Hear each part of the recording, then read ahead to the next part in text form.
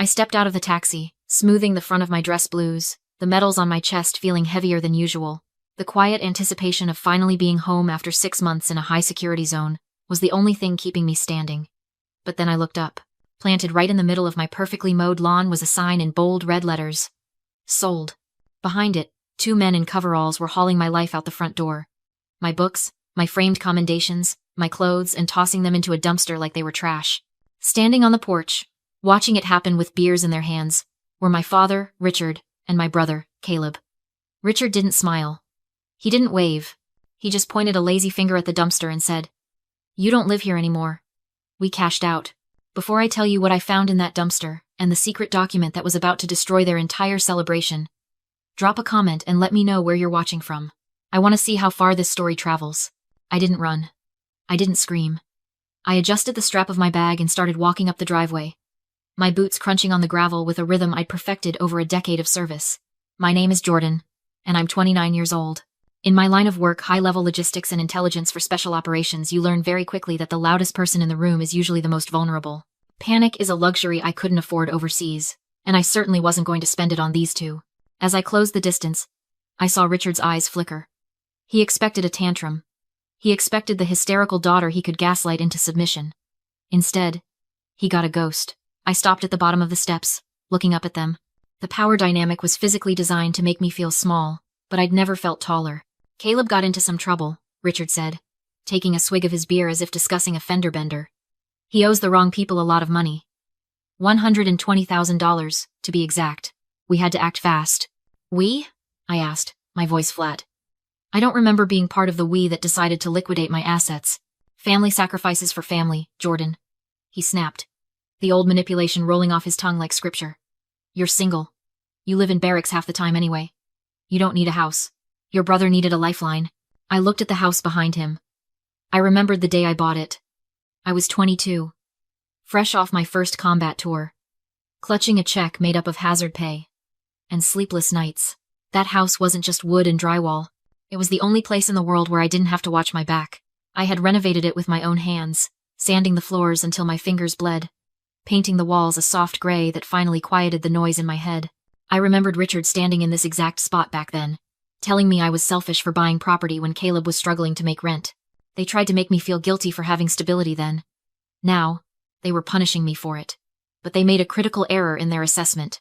They thought they had stripped me of my armor. They didn't realize that the house was just a building. The fortress was inside me, and they couldn't touch that. "You used the power of attorney," I stated. "It wasn't a question. You signed it," Caleb chimed in, a smirk playing on his lips. He raised his wrist to check the time, and the sunlight caught the heavy gold face of a brand new Rolex. It was flashy, expensive, and bought with a deposit on my sanctuary. "It was legal, sis. Dad saved my life. You should be happy you could help." He didn't look saved. He looked well-fed and arrogant. A parasite who had finally consumed enough of the host to feel powerful. "I signed a power of attorney for medical decisions," I said, my eyes locking onto the watch. "In case I came back in a box. Not so you could loot my life while I was still breathing." "It's done," Richard said, dismissing me with a wave of his hand. "The buyer is signing the final transfer in 10 minutes. The money for the loan sharks is already wired. You can stay at the motel by the highway until you redeploy. It's not a big deal." That was the moment the last thread of attachment snapped. It wasn't just theft.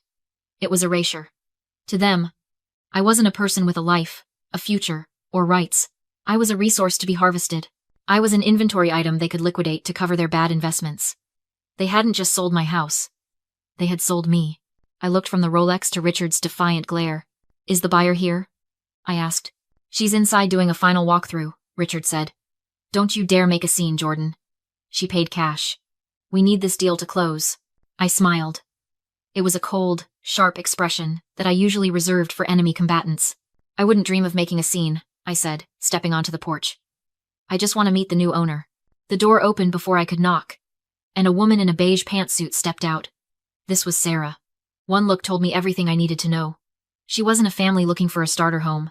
She was an investor, sharp eyes, expensive manicure, the kind of person who scans a room looking for profit margins instead of warmth.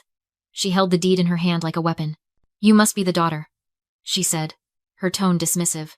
She didn't offer a handshake. "Your father told me you might stop by. Look, honey, it's done. The papers are signed." The money is transferred. I need you off my property before I call the cops. I glanced past her. Richard was standing by the kitchen island, holding a bank receipt with trembling hands. His face was flushed with the kind of high that comes from dodging a bullet. He looked up, saw me through the open door, and grinned a wide, triumphant expression that made my stomach turn. "It's over, Jordan," he called out, waving the receipt. 120,000, wired straight to the loan sharks. Caleb is clear. The rest is already in a secure account. You can't touch it. He wasn't sorry. He wasn't conflicted. He was proud. He thought he had pulled off the heist of the century against his own child. I looked back at Sarah. "You wired the full amount?" $650,000, she said, checking her watch. "Cash. It cleared 10 minutes ago. Now, seriously, get off my porch." I didn't move. I let the silence stretch, watching Richard's celebration and Sarah's impatience. This was the moment. The trap was set, the bait was taken, and the cage door had just slammed shut. "You really should have waited for the title search," I said softly. Sarah scoffed. "I buy distressed properties for cash all the time. I skip the red tape to beat the market. I know what I'm doing." "Do you?" I reached into the inside pocket of my jacket. The document I pulled out wasn't a weapon, but it was about to do more damage than any rifle I'd ever carried, because if you had run a title search, you would have seen that Richard doesn't own this house. He has power of attorney. Sarah snapped, though her eyes flicked nervously to the paper in my hand. I saw the document myself. "He has a general power of attorney," I corrected, "which allows him to act on behalf of Jordan the individual.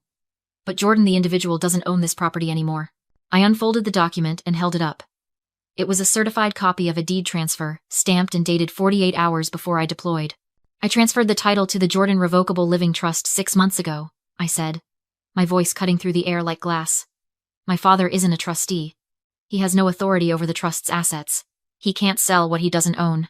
I looked past her to Richard, who had frozen mid-celebration. The receipt in his hand suddenly looked less like a trophy, and more like an indictment. "That signature on your sale contract?" I pointed to the papers in Sarah's hand. "That's not a sale. That's forgery.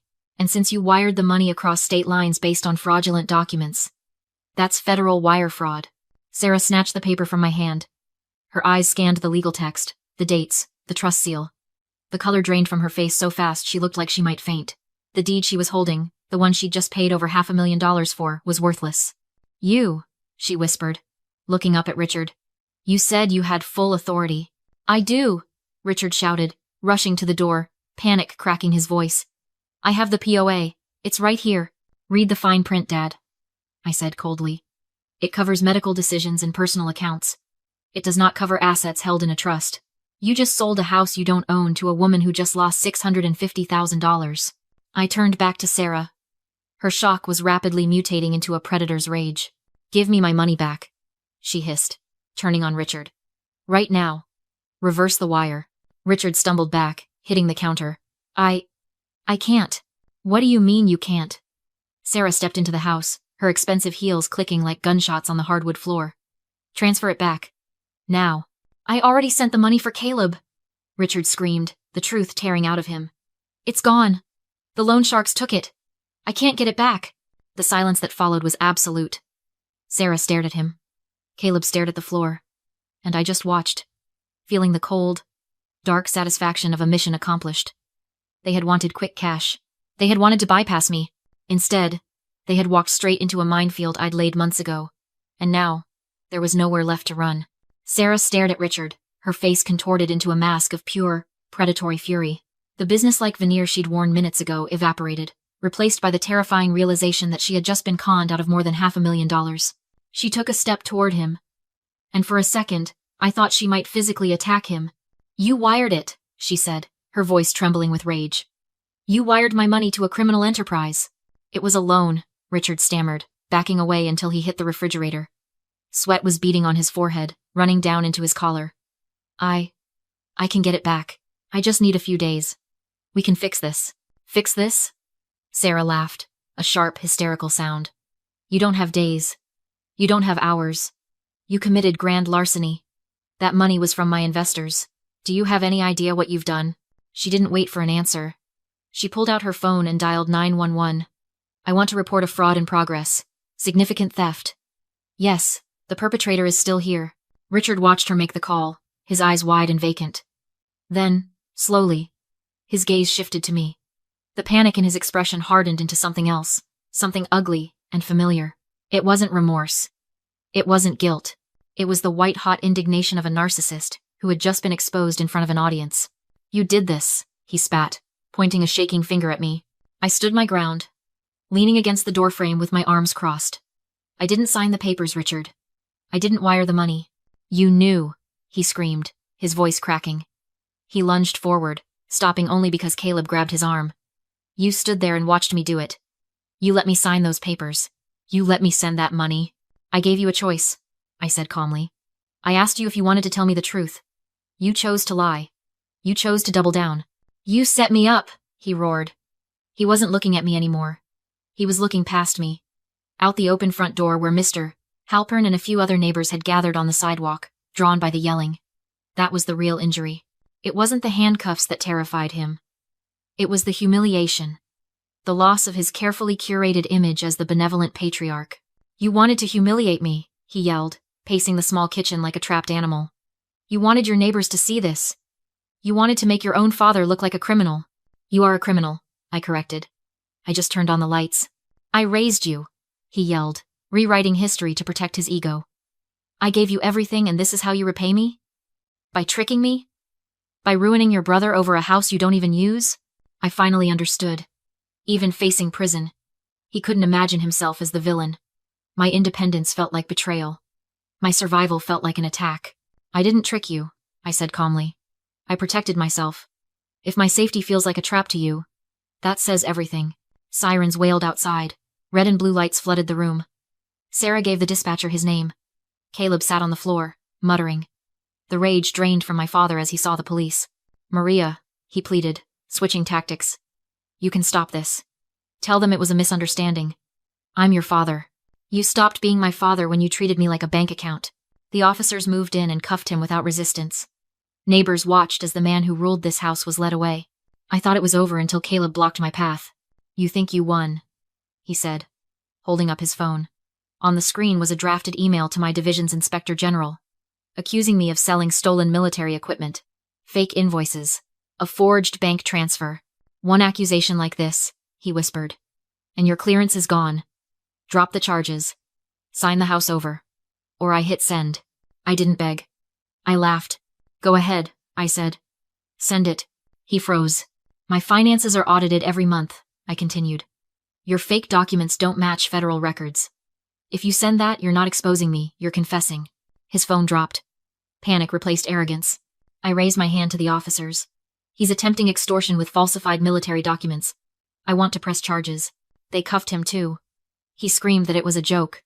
Intent was enough. As the cruisers drove away, the weight finally lifted. I wasn't anyone's shield anymore. I pulled the sold sign from the lawn and threw it into the trash. Inside, the house was empty and quiet. For the first time in years, no one needed saving. I changed the security codes. One clean beep confirmed it. I wasn't happy yet, but I was safe. And that was enough. If you've ever had to become the villain in someone else's story just to survive, share this.